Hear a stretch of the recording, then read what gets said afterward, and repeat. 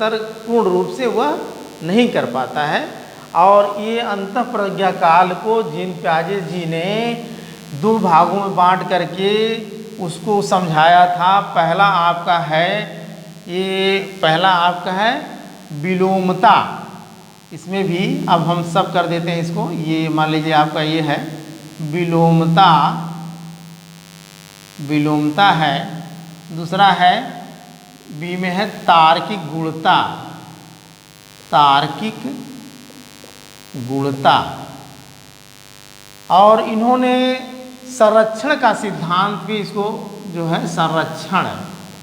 संरक्षण के सिद्धांत कंजर्वेशन थियरी पे इस दोनों को जो है डिस्क्राइब किया था।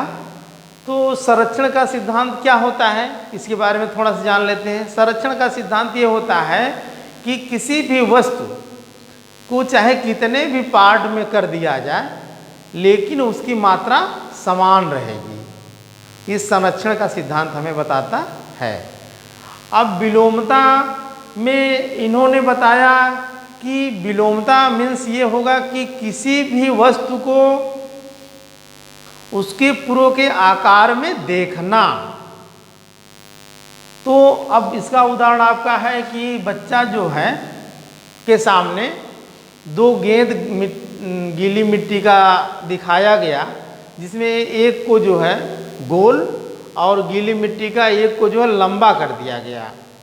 तो उसे पूछा गया तो बच्चा ये जो है दिमाग में उसके है कि यह दोनों जो है दोनों में जो है समान मात्रा में मिट्टी का प्रयोग किया गया है। यही है गीली मिट्टी का प्रयोग। तो विलोमता और एक जो है गोल बना दिया गया, एक जैसे लंबा बना दिया गया। तो ये है। और तार्किक गुणता में किसी दो विमाओं को या दो या दो से अधिक विमाओं को जो है बच्चा एक ही रूप में जो है उसको देखता है। मतलब उस विमाओं को जो है देखता है जब दो विमाओं को, तो वो उसके बारे में वो समझ जाता है। जैसे कि एक पतले बर्तन में और एक लंबे बर्तन में पानी रखा गया और अब थाली या गिलास का उदाहरण आप ले लें और सेम अमाउंट में वाटर है और रखा गया। तो उन्होंने देखा कि जो गिलास का लंबाई में पानी बढ़ जाएगा, थाली में फैल जाएगा। तो उन्होंने ये समझ गया कि दोनों की मात्रा जो है समान है, चाहे वो थाली में रखी जाए या गिलास में। तो तार्किक गुणता। अगला आपका है मूर्त संक्रियात्मक अवस्था, जो बहुत ही बार इसका अवस्था और उसकी अवस्था के नाम और उसके जो है कितने से कितने दिनों तक वो होती है इसका पूछा जाता है। मूर्त संक्रियात्मक अवस्था यानी कंक्रीट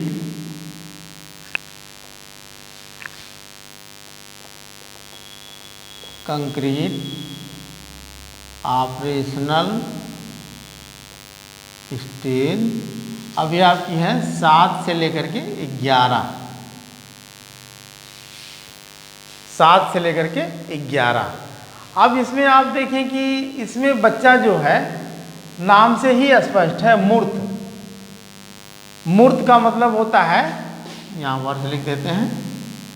इससे देखिए आप क्वेश्चन बहुत ही पुटअप होता है। कभी कभी ये पूछता है कि मूर्त संक्रियात्मक अवस्था का समय कितना होता है, 7 से 11 वर्ष, या 7 से 11 वर्ष में कौन सी अवस्था होती है। तो मूर्त संक्रियात्मक अवस्था, मूर्त का मतलब होता है जो चीज़ हमको दिखाई दे। तो मूर्त संक्रियात्मक अवस्था में बच्चा जो है यानी दिखाई देने वाली चीज़, जो चीज़ जो है बच्चे को दिखाई देती है, यानी कि दिखाई देने वाले वस्तु का अध्ययन करता है वो। और ये बच्चा जो है धीरे धीरे जो है बच्चे के अंदर जो है यानी बाह्यमुखी कह लें आप, बहिर्मुखी बच्चा जो है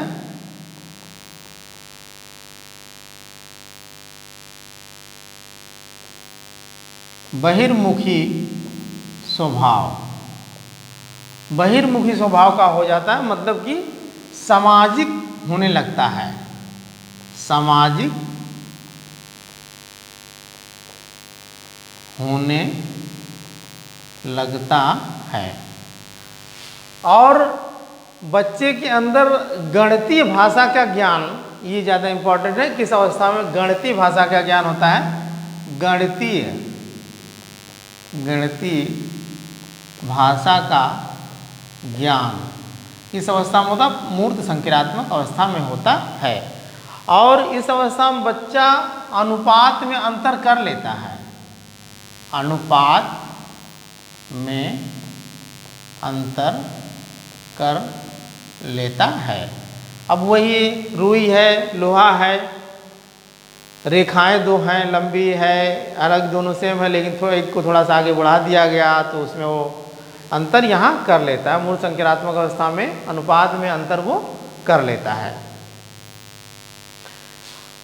तो इस तरीके से मूर्त संक्रियात्मक अवस्था जो दिखाई दे, सामाजिक होने लगता है, गणितीय भाषा का ज्ञान होने लगता है, एक तरीके से चिंतन की भी अवस्था है, थोड़ा सा चिंतन भी करने लगता है बच्चा, चिंतन करने लगता है।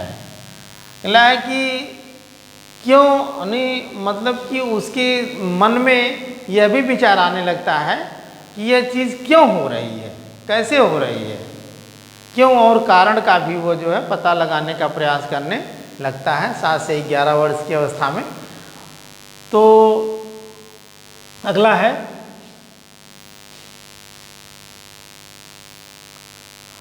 औपचारिक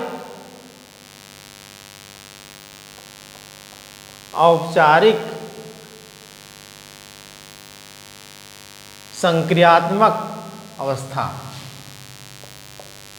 यहां से लिखते हैं ताकि इंग्लिश में भी आ जाएगा। औपचारिक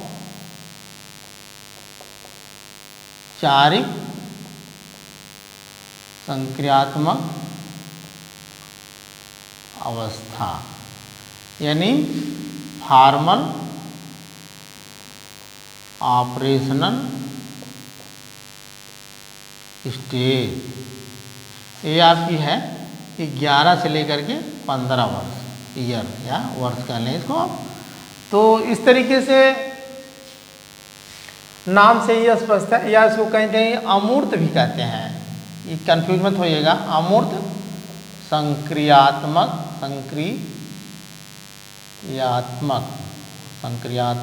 बाकी ये अवस्था सेम ही है, संक्रियात्मक अवस्था। तो अमूर्त या औपचारिक जो दिखाई न दे, जैसे आप देखें ईश्वर के बारे में बातें होती हैं, और बच्चा इस अवस्था में जैसे कहीं पे कोई बात हो गई और उस चीज़ को हादसे वाली बात जो हो गई, जो जैसे कुछ तरीके से आप समझ लें कि जैसे भूत प्रेत की बातें जो होती हैं, ईश्वर की बातें होती, देवी देवताओं की बातें होती हैं, जो उसमें वो ज़्यादा मतलब कि उसको बारे में भी वो सोचने लगता है, जानने का प्रयास करता है, जो दिखाई न दे उसको, उसके बारे में वो जानने का प्रयास करता है, यानी जो दिखाई न दे। अगला है जो दिखाई न दे,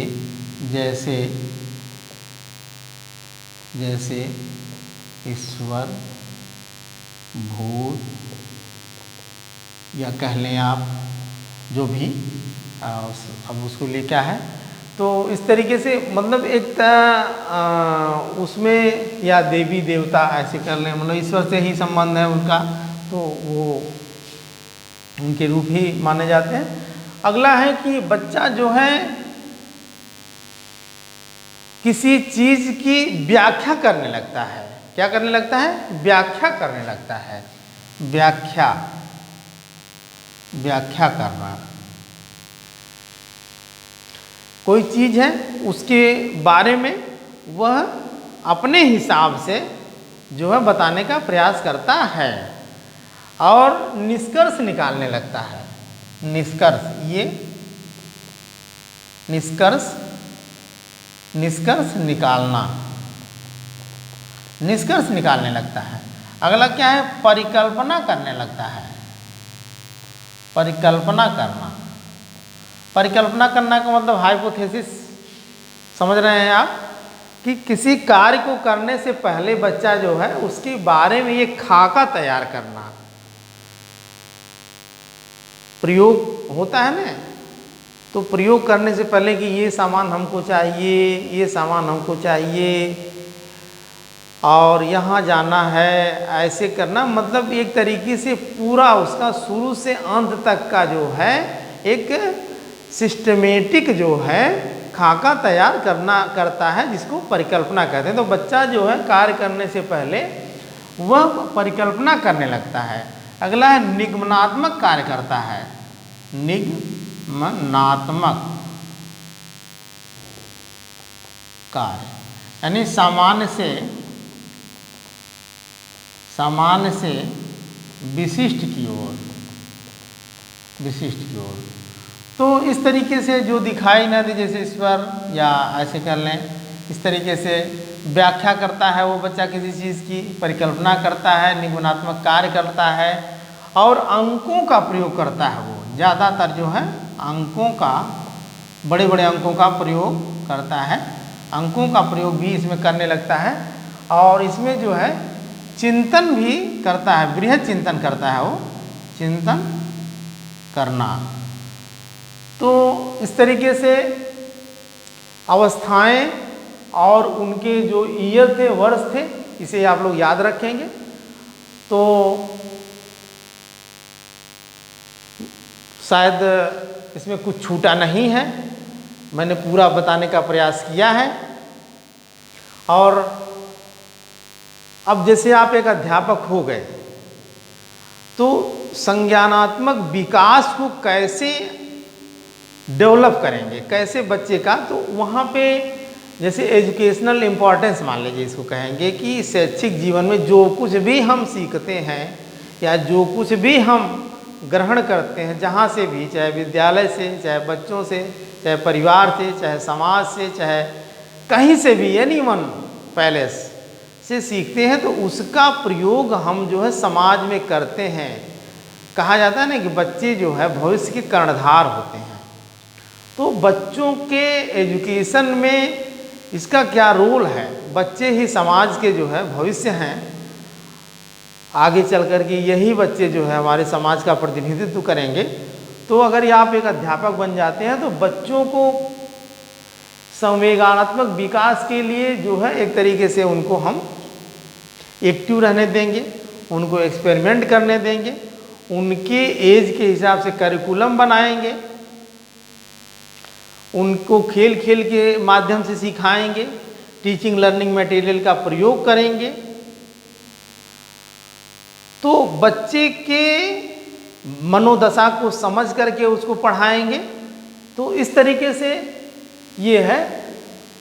और अगला टॉपिक हम लोगों का रहेगा वाइगोस्की के सामाजिक सांस्कृतिक विकास का सिद्धांत। तो आज का यही यह टॉपिक जो है ख़त्म होता है। जय हिंद।